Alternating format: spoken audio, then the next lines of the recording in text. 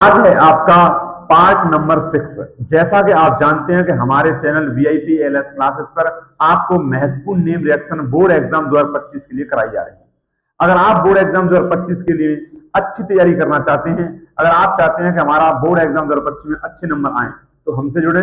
हम आपको वह रिएक्शन करा रहे हैं जो आपके बोर्ड एग्जाम 2025 में सीधे सीधे पूछेंगे। तो हेलो प्यारे बच्चों, तो कैसे हो आप सभी का स्वागत है हमारे YouTube channel VIP LS classes पर। आशा करता हूं कि आप सभी ठीक होंगे और स्वस्थ होंगे। तो चलते हैं ना फिर। हाँ बिल्कुल। तो जैसा कि आप बोर्ड पर देख रहे होंगे कि हमारे सामने आज दो का मतलब यह है कि मैं दो के जोड़े में 3, कहने का मतलब यह है कि आज मैं आपको 6 रिएक्शन कराऊंगा। इससे पहले मैंने आपको एल्डिहाइड, कीटोन और कार्बोक्सिलिक अम्ल चैप्टर से 5 रिएक्शन कराई हैं जो कि नाम की रिएक्शन है। अगर आपने वो नहीं देखी है वीडियो, तो सबसे पहले आप उस वीडियो को देख कर आए। अच्छा, अब इस वीडियो में आज कराऊंगा मैं 6 रिएक्शन, जो कि रिएक्शन एक दूसरे से कनेक्ट है। जैसे कि ये दोनों रिएक्शन, इन दोनों रिएक्शनों में कुछ ना कुछ कॉमन है, इसलिए मैं इन दोनों रिएक्शन को एक साथ पढ़ा रहा हूं। क्या कॉमन है? पहले तो यही शब्द कॉमन है कि अपचयन अपचयन। ये आपका पिनिकोल अपचयन है, ये आपका क्लीमेंसन अपचयन है। तो पिनिकोल अपचयन होता कैसे है, क्या बनता है इसमें क्या होता है और क्या बनता है, सब पे हम बात करेंगे। ये कहां नहीं होता है, ये कहां होता है, क्या सब कुछ बात करेंगे। आ जाओ। तो पिनिकोल अपचयन में सबसे पहले है मैग्नीशियम अमलगम की उपस्थिति में। सर ये अमलगम क्या होता है? ये मैग्नीशियम अमलगम कहां से आ गए? तो सबसे पहले मैं आपको यही बताता हूं, ध्यान से सुने मेरी बात। मैं क्या कह रहा हूं, जब किसी धातु को आप अगर मरकरी पारा से अभिक्रिया कराते हो तो उसे उस धातु का अमलगम कहते हैं। जैसे यहां पर मैग्नीशियम अमलगम लिखा हुआ है, यानी कि यहां पर मैग्नीशियम को अमलगम, यानी अमलगम क्या होता है, Hg पारा के साथ अभिक्रिया कराई गई है। यहां पर आपका जिंक अमलगम लिखा हुआ है, तो यहां पर आपकी जिंक की अभिक्रिया पारे से कराई गई है, मरकरी Hg से, तो ये हो गया आपका जिंक अमलगम। ठीक है सर। अब मैग्नीशियम अमलगम की उपस्थिति, तो यहां पर इसकी उपस्थिति है, में कीटोन का अपचयन करने पर पिनिकोल बनता है। तो यहां जो भी पदार्थ बनेगा उसका नाम है पिनिकोल। उसका जो पिनिकोल नाम है वो उस साइंटिस्ट के नाम पर है जिसने रिएक्शन की है, ठीक है ना। लेकिन उसका और भी नाम है, वो नाम भी पेपर में पूछा जा सकता है। तो सबसे पहले इसमें अपना क्या है वो करते हैं। अच्छा, एक बात और, इसमें आपके सामने लिखा हुआ है कीटोन का अपचयन, इसमें कहीं एल्डिहाइड नहीं लिखा हुआ है। तो यानी कि आप ये बात ध्यान रखेंगे कि पिनिकोल अपचयन सिर्फ कीटोन में होता है, एल्डिहाइड में नहीं होता। एक नंबर का बहुविकल्पी प्रश्न आपके सामने बन सकता है। तो सबसे पहले मैं कीटोन लेता हूं। तो यहां पर कीटोन के 2 अणु लेंगे आप। कितने अणु लेंगे? 2 अणु। तो सबसे छोटा कीटोन है आपके सामने एसीटोन, जैसे कि मैं आप सामने देखें CH3 सिंगल बॉन्ड C, और इस C से डबल बॉन्ड करके O जुड़ा हुआ है और ऊपर CH3। तो एक तो कीटोन ही हो गया CH3 CH3। एक और अणु लेना है हमें कीटोन का, तो CH3C डबल बॉन्ड O और सिंगल बॉन्ड CH3। तो ये 2 अणु आपके सामने कीटोन के हो गए। ठीक है, अब इनका करना है अपचयन। तो अपचयन करने के लिए मैं जोड़ दूंगा इसमें हाइड्रोजन। अच्छा, अब ये किसकी उपस्थिति में हो रही है रिएक्शन? तो ये उपस्थिति में हो रही है मैग्नीशियम अमलगम, और मैग्नीशियम अमलगम होता है MgHg। ये मैग्नीशियम अमलगम होता है MgHg, ये मैग्नीशियम अमलगम है। अब सर क्या होगा देखना, तो यहां पर डबल बॉन्ड है तो इसमें से एक बॉन्ड टूट जाएगा, यहां पर भी डबल बॉन्ड है तो यहां पर भी एक बॉन्ड टूट जाएगा, और इन बॉन्डों को भरने के लिए आपका आएगा हाइड्रोजन। तो बताओ यहां पर अगर एक बॉन्ड यहां से टूटा, एक बॉन्ड यहां से टूटा, तो O के पास कितने हाइड्रोजन आने चाहिए? 2 हाइड्रोजन। तो यहां पर हम 2H ले लेंगे। तो अब होगा क्या, तो CH3 सिंगल बॉन्ड O, यहां से एक बॉन्ड टूट गया, इधर C के ऊपर CH3 है और इसके इधर साइड भी CH3 है, मैंने इधर साइड ऐसे लिख दिया है, और सिंगल बॉन्ड O। अब यहां से O का भी डबल बॉन्ड था, उसमें भी एक बॉन्ड टूट गया, यहां भी डबल बॉन्ड था, उसमें भी एक बॉन्ड टूट गया। अब C की भी एक वैलेंसी खाली हो गई, O की भी खाली हो गई, C की भी खाली हो गई, O की भी खाली हो गई। तो इन दोनों O की वैलेंसी भरने के लिए तो आपका आ जाएगा हाइड्रोजन, लेकिन इन C की वैलेंसी भरने के लिए क्या होगा, ये दोनों के दोनों यौगिक आपस में जुड़ जाएंगे इस प्रकार। तो अब जो सामने आपके यौगिक बना हुआ है बड़ा सा, इसी का नाम है पिनिकोल। पिनिकोल। अब पेपर में आपसे पूछा गया कि पिनिकोल अभिक्रिया दो, पिनिकोल अपचयन क्या होता है, तो आप इसे लिख सकते हो। या फिर दूसरे तरीके से आपको यह भी पूछ सकता है कि आप एसीटोन, ये क्या है एसीटोन, कीटोन है, एसीटोन से पिनिकोल बनाओ, तब भी ये लिख सकते हो। अब सर इसका दूसरा नाम क्या है? तो दूसरा मैं इसका आईयूपीएसी नाम बताता हूं आपको। तो अगर मैं इसमें नंबरिंग करूं तो मैं इधर से करूं या इधर से करूं, कहीं से भी कर लो, तो ये इसमें मेन चेन हो जाएगी। अगर मेन चेन ये हो गई तो नंबरिंग हो जाएगी 1 2 3 और 4, ये 4 कार्बन हो गए, नंबरिंग हो गई।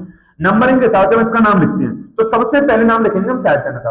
अगर आपको आईयूपीएसी नाम नहीं आते हैं तो टेंशन लेने की जरूरत नहीं है, मुश्किल से मुश्किल 2 क्लास है और दोनों ही 20-20 मिनट की हैं, आप मेरे चैनल पे जाकर आराम से देख सकते हो। वैसे आईपीएससी इतनी छोटी नहीं होती है, आईपीएससी सीखने के लिए कम से कम 1 महीना लगता है। बहुत बेसिक से हाई लेवल तक अच्छे तरीके की पूरी इंटर की 11वीं की बहुत तरीके से पढ़ाई जाती है, लेकिन आपको इस समय वो नहीं पढ़नी है। आपको इतना आना चाहिए क्या सी है क्या एच है, तो उस बेसिक से हटकर आपको थोड़ी जल्दी पढ़ना है आईपीएससी, तो आप क्लास को देख लीजिए, चैनल पे पढ़ी हुई है। अच्छा देखो इसका नाम रखते हैं, तो सबसे पहले साइड चेन, तो यहाँ पर साइड चेन है CS3, यहाँ पर भी साइड चेन है CS3, तो ये CS3 है मैथिल, ये भी मैथिल है, ये 2 पर है, ये 3 पर है, तो ये होगा 2,3 डाई। डाई क्यों आया? क्योंकि दोनों साइड चेन एक जैसी है और दोनों का नाम मैथिल, तो डाई मैथिल, ठीक है, डाई मैथिल। डाई मैथिल उसके बाद 1 2 3 4, तो 4 पे आएगा ब्यूट, सिंगल बॉन्ड है तो ब्यूटेन। अब इसमें एल्कोहल समूह भी है, तो एल्कोहल समूह दूसरे पर है तीसरे पर है, तो 2,3 डाई। डाई क्यों आया? क्योंकि 2 OH है और फिर ऑल, तो इसका ये भी नाम है, इसका ये भी नाम है। अब पेपर में आपसे पूछ लिया कि एसीटोन से 2,3 डाई मैथिल ब्यूटेन 2,3 डाइल बनाओ, और तुम्हारा दिमाग घूम गया ये क्या चीज है भैया, ये किससे बनेगा?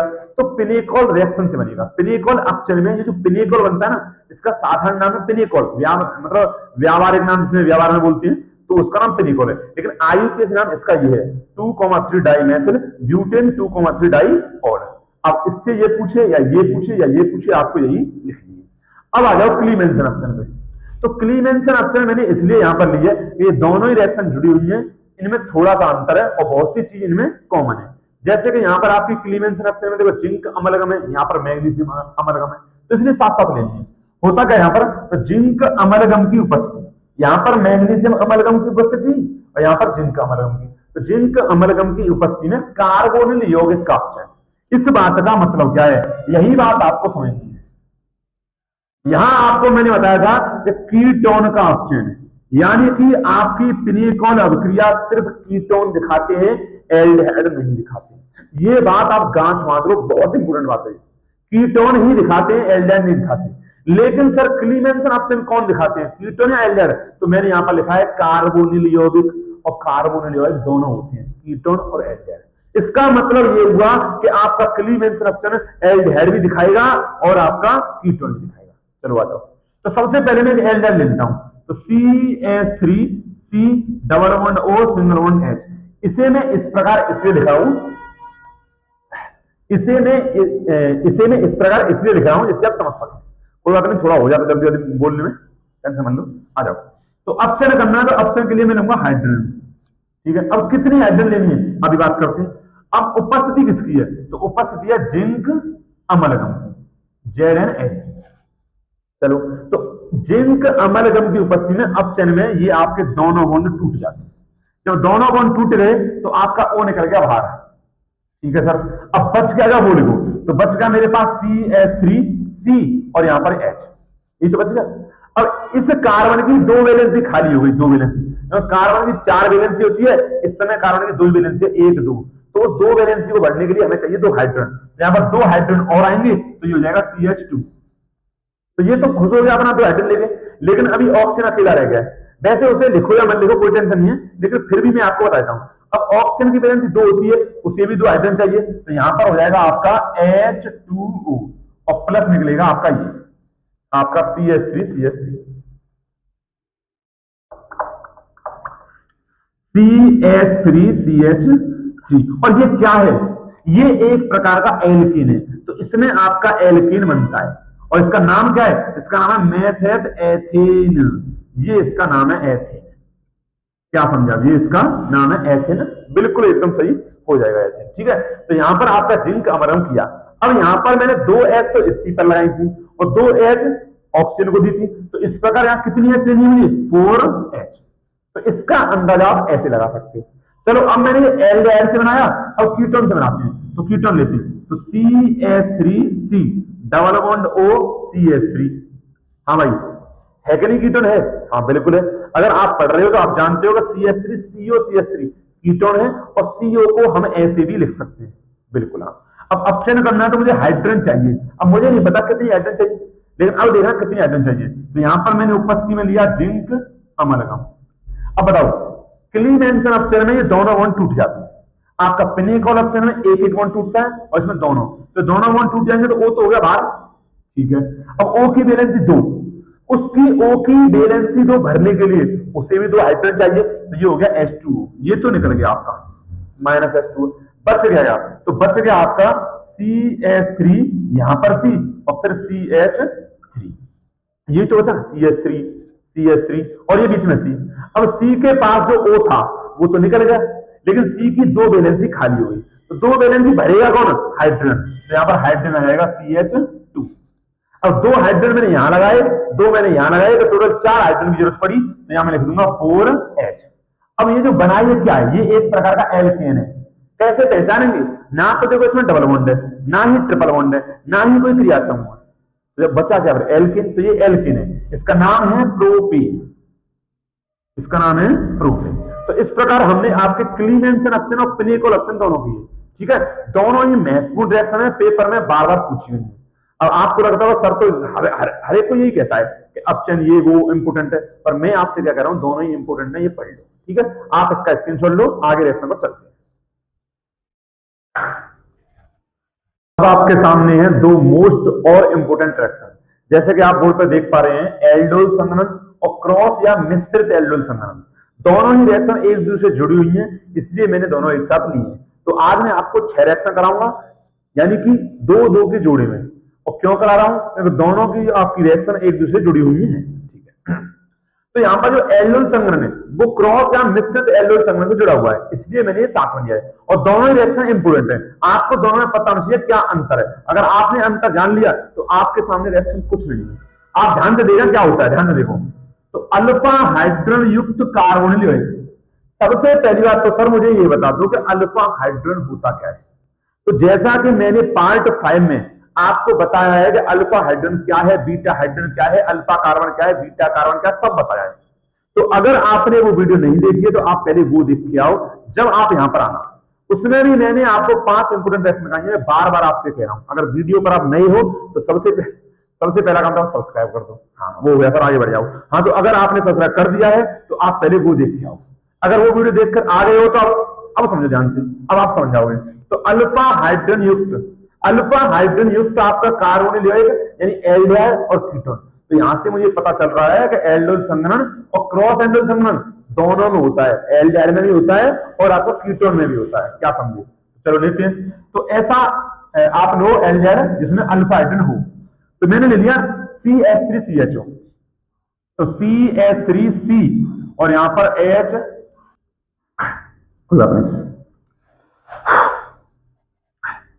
तो CH3CHO ये आपका अल्फा हाइड्रोजन युक्त एल्डिहाइड है। ठीक है सर, हो गया। अब मैं एक और लूंगा, इसमें एक और एल्डिहाइड लूंगा, क्योंकि इसमें या तो आप एल्डिहाइड ले रहे हो तो दोनों ही एल्डिहाइड लो, या आप अगर कीटोन ले रहे हो तो दोनों कीटोन लो। ठीक है ना? तो यहां पर एक और एल्डिहाइड ले लिया मैंने, तो CH3C सिंगल बॉन्ड है, डबल बॉन्ड O। तो ये जो क्रियात्मक समूह CHO, इससे जो पहला कार्बन जुड़ा हुआ है ये है आपका अल्फा कार्बन। अब इस अल्फा कार्बन के 3 हाइड्रोजन ये कहलाते हैं अल्फा हाइड्रोजन। तो इसलिए यहां पर मैंने ये लिया है CH3CHO एसिटेल्डिहाइड, और एसिटेल्डिहाइड के पास अल्फा हाइड्रोजन होती है। अब ये अल्फा हाइड्रोजन जाएगा और इसके इस बॉन्ड को तोड़ देगा और यहां पर ऊपर जुड़ जाएगा। तो अब उपस्थिति किसकी है? उपस्थिति भी लगा लो, तो उपस्थिति है तनु NaOH, ये इसकी उपस्थिति है। उपस्थिति याद रख लेंगे, तनु NaOH, कोई दिक्कत नहीं है, आ जाओ आगे। अब जैसे ही यहां से अल्फा हाइड्रोजन निकला, यहां चिपक गया, तो अब जो बना पदार्थ है ना वो क्या बना वो लिख दो, और कुछ नहीं इनमें। तो CH3C सिंगल बॉन्ड O, यहां से एक बॉन्ड टूटा तो O रह गया अकेला। अब O की वैलेंसी भरने तो यहां से H आ गया, तो ये तो बन गया OH, और यहां पहले से CH है ही है। लेकिन सी के दुख दर्द कौन दूर करेगा? तो सी से जुड़ेगा आपका ये जो बचा हुआ है ना, ये जुड़ेगा, तो ये होगा आपका CH3, CH3 नहीं CH2, क्योंकि यहां से एक एस निकलेगा, तो CH2CHO ये बन जाएगा आपका। तो ये जो बना है आपका, यही है आपका एल्डोल। एल्डोल, इसे एल्डोल कह क्यों रहे हैं? ये किसी साइंटिस्ट का नाम है? तो एल्डोल किसी साइंटिस्ट का नाम नहीं है। एल्डोल इसलिए कह रहे हैं क्योंकि इसमें एल्डिहाइड है और एल्कोहल है। एल्डिहाइड एल्ड और एल्कोहल एल्कोहल, तो एल्डोल। तो इस रिएक्शन का नाम एल्डोल इसलिए है क्योंकि इसमें एल्डिहाइड और एल्कोहल मिश्रण प्राप्त होता है। अब इसका मैं लिखता हूं एक और नाम, साधारण नाम भी बताऊंगा आपको और साधारण के साथ साथ आपका IUPAC नाम, दोनों नाम लिखेंगे। तो देखो CHO को अगर मैं मुख्य क्रियात्मक समूह मानूं तो मैं इधर से नंबरिंग करूंगा 1 2 3 4, ठीक है, हो गई। अब जो OH है वो तीसरे कार्बन पे, तो ये हो जाएगा 3OH के लिए लिखेंगे हम हाइड्रोक्सी, हाइड्रोक्सी 3 हाइड्रोक्सी, और 4 में आएगा ब्यूट, सिंगल बॉन्ड ब्यूटेन, और CHO के लिए अल, तो ब्यूटेनल। समझ गए आप? ये हो गया इसका IUPAC नाम, ठीक है सर। एक और लो साधारण नाम। साधारण नाम के हिसाब से साधारण कैसे करते हैं, ध्यान से देखो। साधारण नाम कैसे करेंगे? तो ये आपका मुख्य क्रियात्मक समूह CHO, उसके हिसाब से ये वाला कार्बन है अल्फा कार्बन, और ये वाला कार्बन है बीटा कार्बन, और ये वाला कार्बन है गामा कार्बन। यानी कि क्रियात्मक समूह से जो पहला कार्बन है वो अल्फा, दूसरा है बीटा, और जो आपका तीसरा है वो है गामा। तो अब आप देखोगे एल्कोहल समूह OH है वो किस कार्बन पे? तो अल्फा बीटा, तो बीटा कार्बन पे। तो यहां इसका नाम हो जाएगा बीटा हाइड्रोक्सी, हाइड्रोक्सी, ठीक है, हो गया। तो बीटा हाइड्रोक्सी हो गया। अब इसमें कितने कार्बन है? 4, तो 4 के लिए मैं लगाऊंगा ब्यूटर, ब्यूट नहीं लगाऊंगा। अब आप ये पूछोगे सर ब्यूटर कैसे लगाया? तो इस बात का जवाब आपको मिलेगा जब आप मेरी वीडियो वो देखोगे जिसमें मैंने इनके साधारण नाम बनाने के तरीके सिखाए हैं। जाओ आप देखो, आपको पता चल जाएगा। तो यहां पर 4 के लिए आ जाएगा ब्यूटर, और CHO के लिए एल्डिहाइड, तो ब्यूटरेल्डिहाइड, ब्यूटरेल्डिहाइड,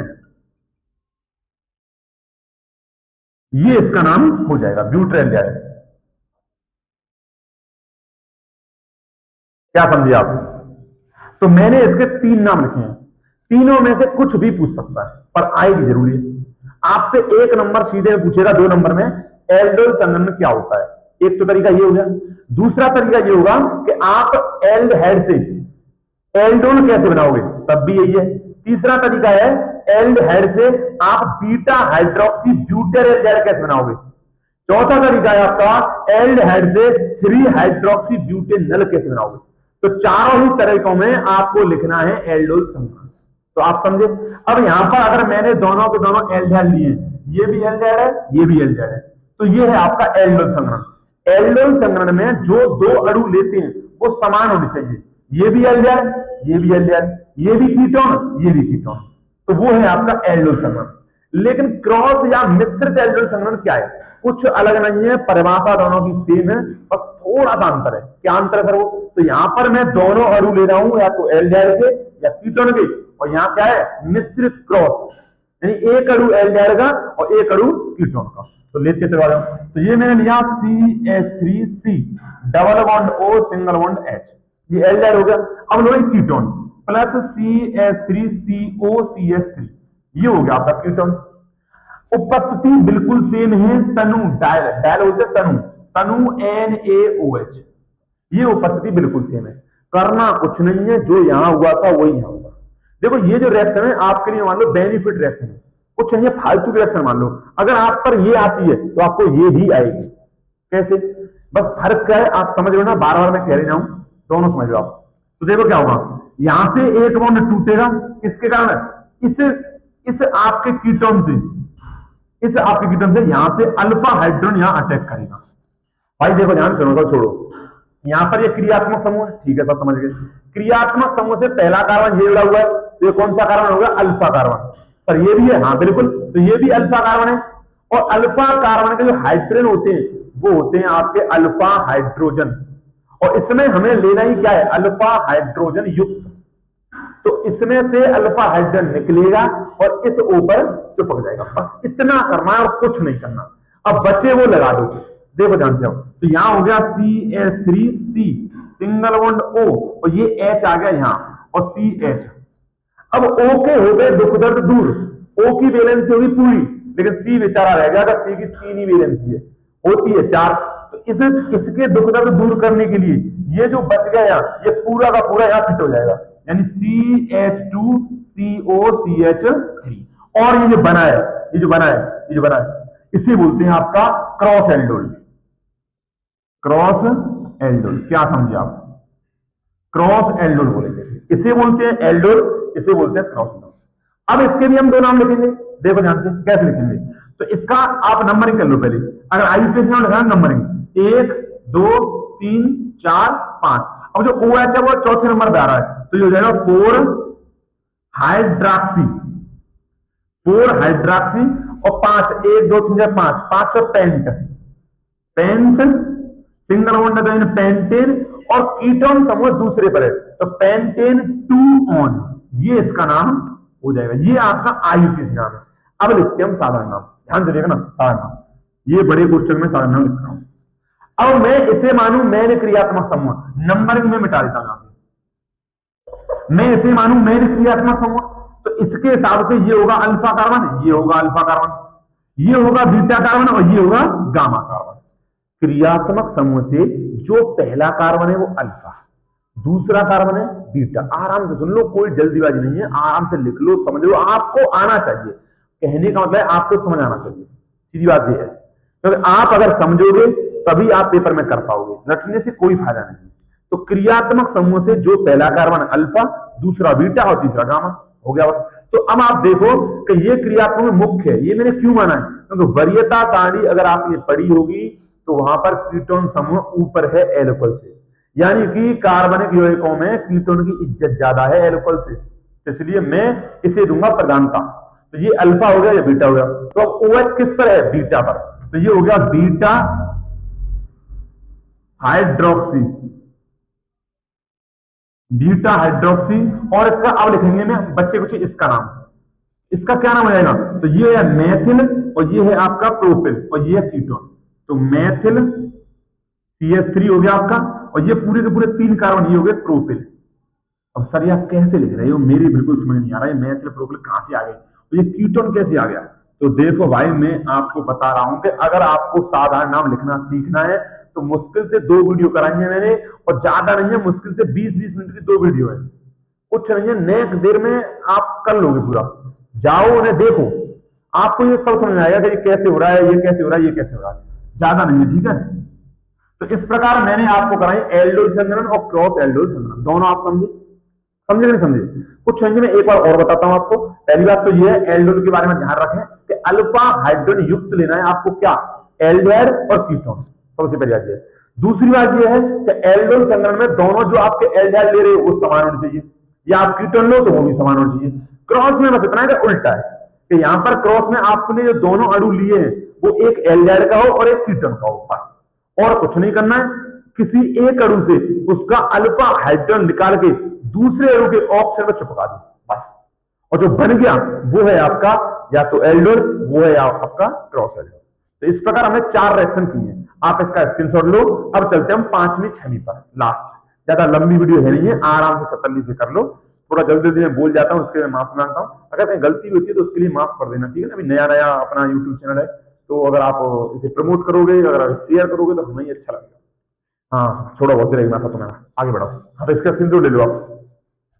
लास्ट आपकी 5वीं और 6वीं रिएक्शन, जैसे कि मैं आपको आज ऐसी रिएक्शन करा रहा हूं जो एक दूसरे से कनेक्ट है, जैसे कि हमने पहली 2 की, फिर 4 की और फिर अब 6 कर रहे हैं, ठीक है ना। पहली 2 फिर 2 और फिर 2, ठीक है। आ जाओ। तो आपकी 5वीं रिएक्शन है बेंजोइन संघनन और 6वीं आपकी टिसेनको संघनन। दोनों में थोड़ा सा अंतर है, जैसे आपका एल्डोल और क्रॉस एल्डोल में थोड़ा सा अंतर था, जैसे आपका पिनिकोलब चेन और क्लीमेंसन चेन में थोड़ा सा अंतर था, वैसे ही आपका यहाँ पर भी इन दोनों में थोड़ा सा अंतर है। मैं इसलिए ऐसे करा रहा हूं कि अंतर के साथ में कराऊंगा तो आप इनमें कनेक्ट कर पाओगे क्या कमी है, क्या कमी नहीं, अंतर क्या है इनमें। और अगर आप इनमें अंतर समझ गए तो आपको ये ज्यादा से ज्यादा दिनों तक और ज्यादा से ज्यादा अच्छी तरीके से याद रहेंगे, ठीक है ना। इसलिए मैं इनको संग लेकर चल रहा हूं, आप समझ गए होंगे। आ जाओ। तो बेंजोइन संघनन की बात करते हैं। तो सबसे पहली बात तो यह है कि बेंजोइन संघनन बेंजल ढाल लिखा है मैंने, यहां पर भी मैंने बेंजल ढाल लिखा है, तो सीधी बात ये है कि बेंजीन संघनन और टेसेनको संघनन दोनों की दोनों एल्डिहाइड की रिएक्शन है, और एल्डिहाइड में भी एरोमेटिक एल्डिहाइड है। यानी कि एरोमेटिक एल्डिहाइड आपका एक ही एग्जांपल है जो आपके सिलेबस में है, वो है बेंजील्डिहाइड। बेंजीन रिंग के ऊपर CHO वो होता है बेंजील्डिहाइड, और बेंजील्डिहाइड ही है आपके सिलेबस में। तो ये दोनों रिएक्शन आपकी बेंजील्डिहाइड ही करता है। सबसे पहली बात है दोनों में सिर्फ इतना फर्क है कि यहां पर उत्प्रेरक केसीएन है और यहां पर आपका एल्यूमिनियम एथॉक्साइड है, और इसी परिवर्तन की वजह से थोड़ा सा चेंज आता है, बस और कुछ नहीं है।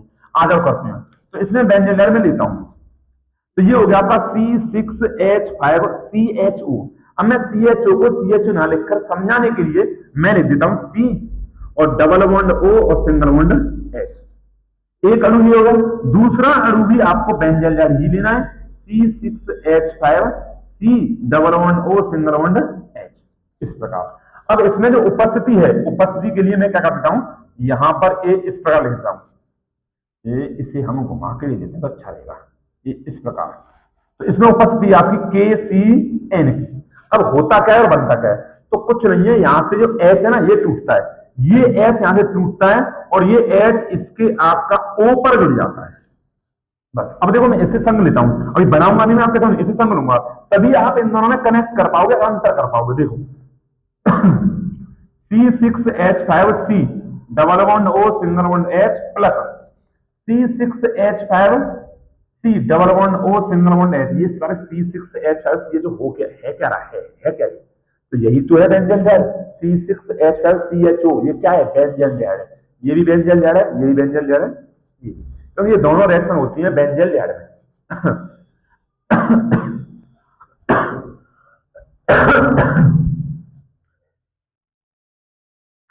सॉरी।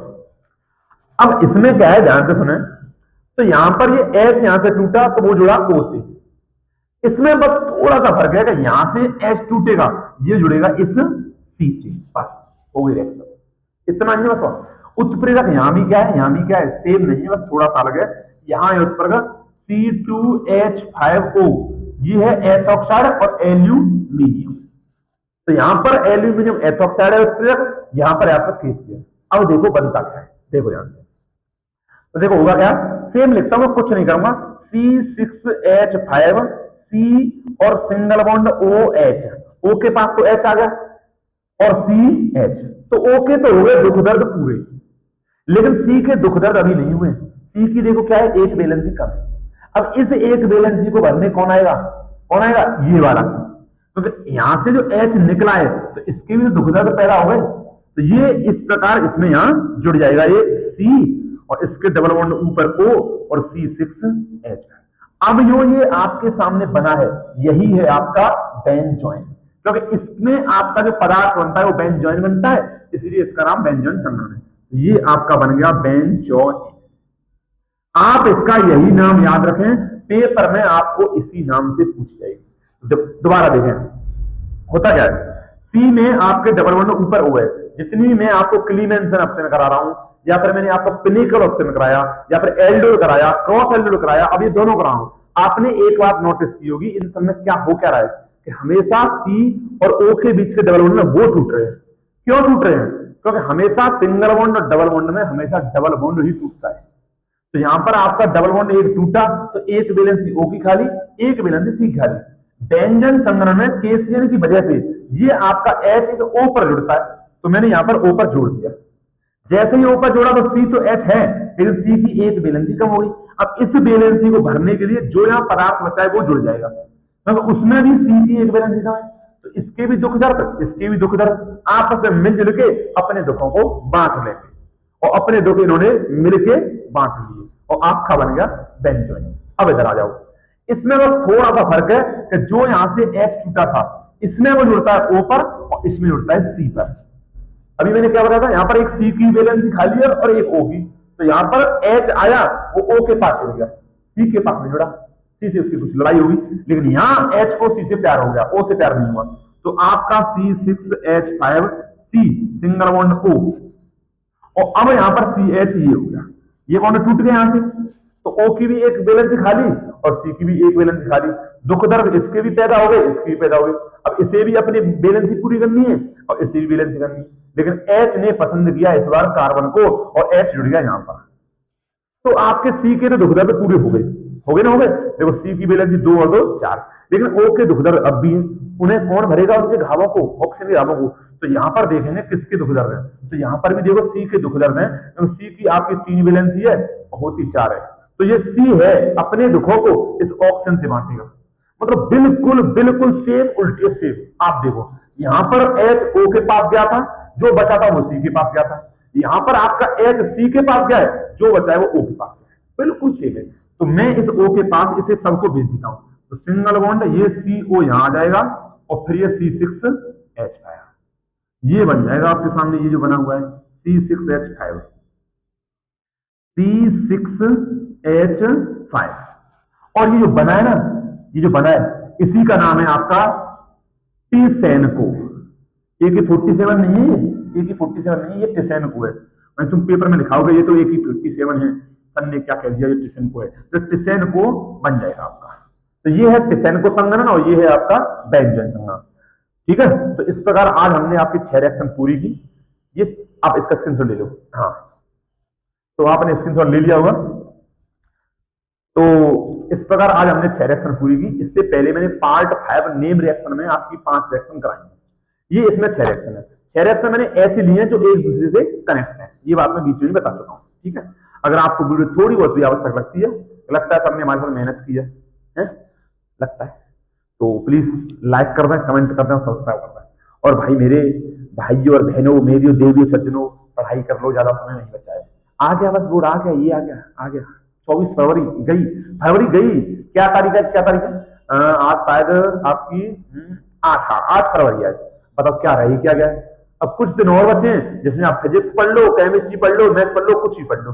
पढ़नी आपको फिर हिंदी है।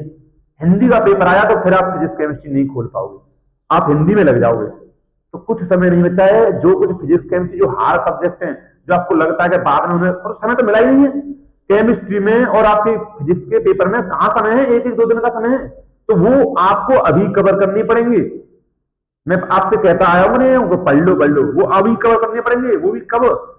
आप मुश्किल से मान लो 18 तारीख से पहले पहले, मुश्किल से आप 18 तारीख तक पढ़ोगे उनको फिजिक्स केमिस्ट्री को, उसके बाद आप हिंदी में लग जाओगे।